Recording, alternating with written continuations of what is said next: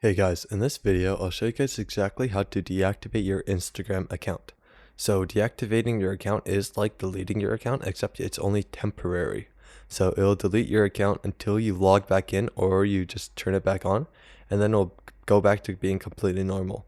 If you delete your account, they'll be gone forever, but if you just deactivate it, it'll just be gone until you log back in or reactivate it.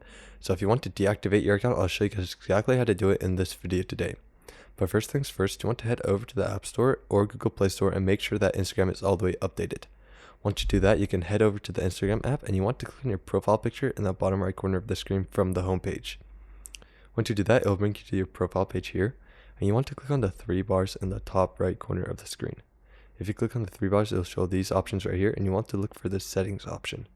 Once you find the settings option, just click on it, it'll bring you to the settings page here.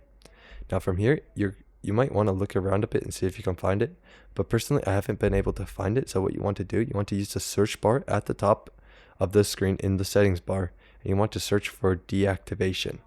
So Instagram has been making a ton of updates, so it's really hard to find anything in the settings page. So you just want to use the search bar and search for deactivation. Once you search for it, deactivation or deletion should show up, and you should click on it. Once you do that, it'll bring you to this page here, deactivation or deletion, and you want to choose the account that you want to deactivate or delete. Now once you click on it, it's going to ask if you want to deactivate or delete your account. You just want to choose delete deactivate account instead of delete account. Now once you do that, you can just click the blue button that says continue. Once you choose deactivate account, it'll ask you to put in your password.